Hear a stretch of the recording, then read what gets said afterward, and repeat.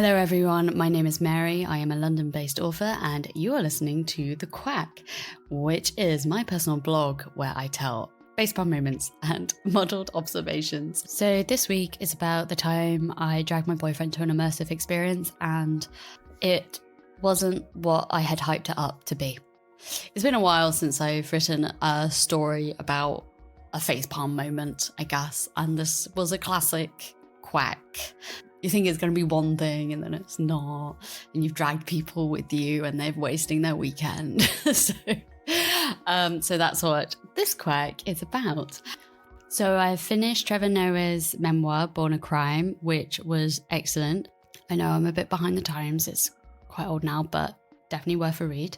If you have any memoirs that you want to recommend, you can DM me at Mary Noonan Writes, or you can email me, marynoonan.writes@gmail.com. Don't say Barack Obama. It's on my list. I've got the book. It's massive. It's in my doorstop. I'm joking. It's not my doorstop, but it's really big. It's an Anna Karenina of a book. And I will read it when I have a lot of time. When, another lockdown or something, I will read it.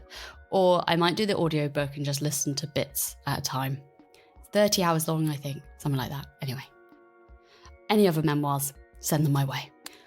I have also watched The Crash on Netflix. This documentary is so disturbing. Oh God, the parents, the mom. She does this statement at court and you just want to, oh my God, you're like, you are the problem. So if you haven't watched The Crash on Netflix, it's a documentary, it's a murder, true crime documentary. The girl, Mackenzie, drives her car into a wall at 100 miles per hour with her boyfriend and his friend in the car, and they're working out if she did that on purpose or as her defense is that she blanked out. So very interesting. I like the themes about social media in there as well. Definitely worth a watch if that's your kind of thing. Admin wise, if you haven't read Amy Elman Doesn't Feel Sexy, what are you doing? You can order that now. It's available on ebook wherever you are. It's coming out in paperback in America at the end of June. It is a perfect holiday read. Follow me at Mary Noonan Writes for Instagram updates, and you can also follow me on or subscribe to TheQuack.blog, and there's also photos of each blog there, so it's worth going to look at those. Okay, right, let's get on with this week's quack. Here it is. How not to have fun in London, the immersive experience. My first taster of an immersive experience was the Gunpowder Plot. I had bought it for my brother Jack as a Christmas present. I hope there aren't actors, Jack said. I kept my mouth shut because there was definitely going to be actors. We went through a door and found ourselves in a cell in the Tower of London with a very depressed man in rags. Oh no, they caught you too, the man said. There's not a Catholic who can hide. I didn't dare look at Jack at this point. I've been locked in this cell for 54 days. Nothing to eat, rats running around my feet, he whined. Suddenly, another man came running in with a burst of energy. I have a plan to escape. Come with me. We were taken through tunnels and into strange rooms. Using our VR glasses, we escaped the tower and rode away on the Thames with a view of London in the 17th century. You know, when housing was affordable. The final scene, we were with Guy Fawkes himself. We had to decide if we wanted to help him blow up the House of Parliament. Probably shouldn't, was my take. We watched a fistfight and then something else happened, which meant that nothing exploded. Spoiler alert. Well, I thought the experience was thrilling. Even Jack, who hates actors, enjoyed himself. I told everyone, you must go to the Gunpowder Plot. But then it closed down. A few years later, I was on the tube when I spotted an advert for the Vikings immersive experience. I imagined myself crossing the sea in a Viking boat and running around battlefields with actors resembling Thor. I begged Roman to come with me. It will be riveting, I said. So, on Sunday, in the heatwave, we made our way across the city to Canada Water. I couldn't help to notice how many football shirts I saw on the way. I asked Roman if there was a big match on today. It's the final day of the league. Oh, and are Liverpool playing? That's his team. Yes, they are. And you didn't want to watch it? We've got the Vikings, he said, with all the fake enthusiasm he could muster. Canada Water may sound like a place in London where mousse, rum and maple syrup is sold in gimmicky ways. But it's not. It just sort of appeared. It has flats, a pond with a goose in it, a coffee shop, and a warehouse with the Vikings experience plastered across the side. That's about it. We were greeted by a bouncer and 3 staff members. 2 guys helped us put our headsets on. A minute later, a woman came over and corrected them. I've told them that the band goes around the back, she muttered as she put mine in place. We listened to the introduction as we waited to be let in. As I was listening, a staff member started talking to me. Welcome to the Viking experience. Here. I took my headset off. Sorry? He started again. Norway, Sweden and Denmark are running a race. First one to the finish wins. He laughed. So Roman and I laughed. We put our headsets back on.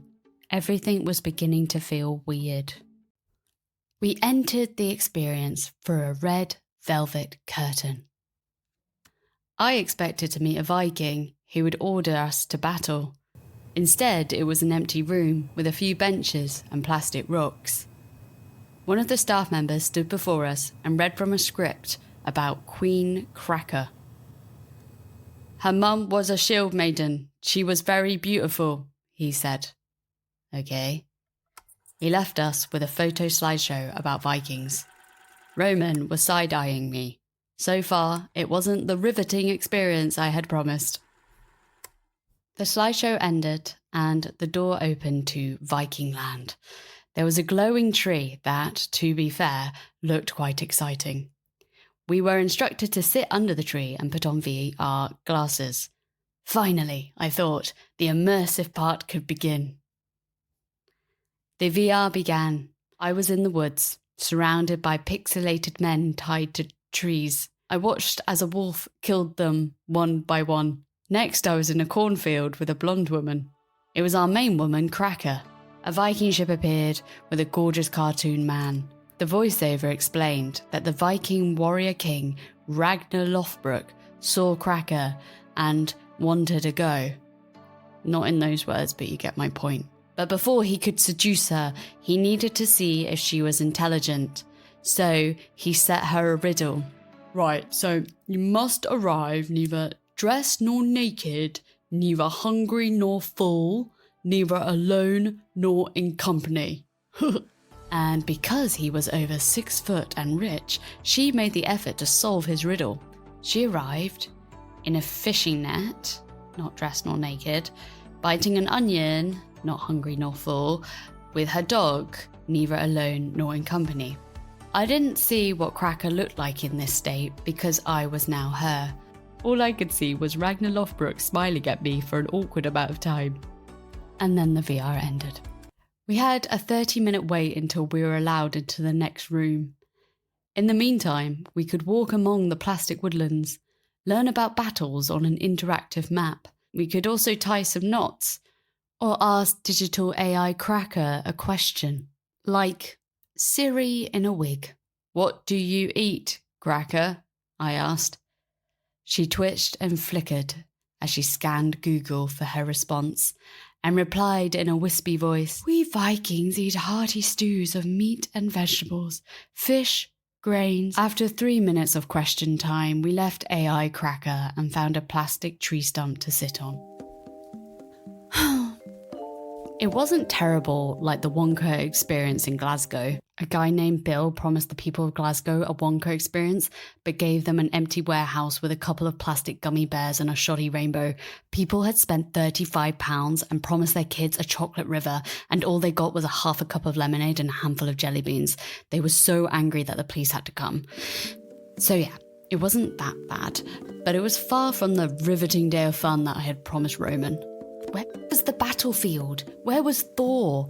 Where was the boat ride? It was time to go to the final part of the experience, but first an introduction from a staff member. When the Vikings crossed the North Atlantic, they thought the sea mist was the breath of giants trying to blind sailors. Today, we know this mist is just sea fog. So, we ask you to step into this box where you can experience what it would have felt like to be a Viking in that fog. So a bunch of strangers stood in a blue-lit glass box. A long pause and... a cloud of water mist puffed out. I looked around to see if there was anything more to come. The two people behind me were giggling their asses off. The final stop was a room made up of screens where we could sit in a Viking boat. Promising. The film started. Cracker was back.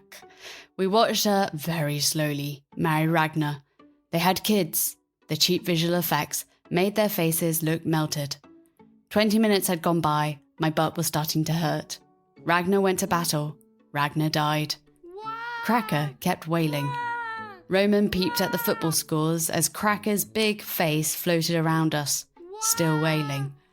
I had a strong feeling that this was the last time we were going to do an immersive experience.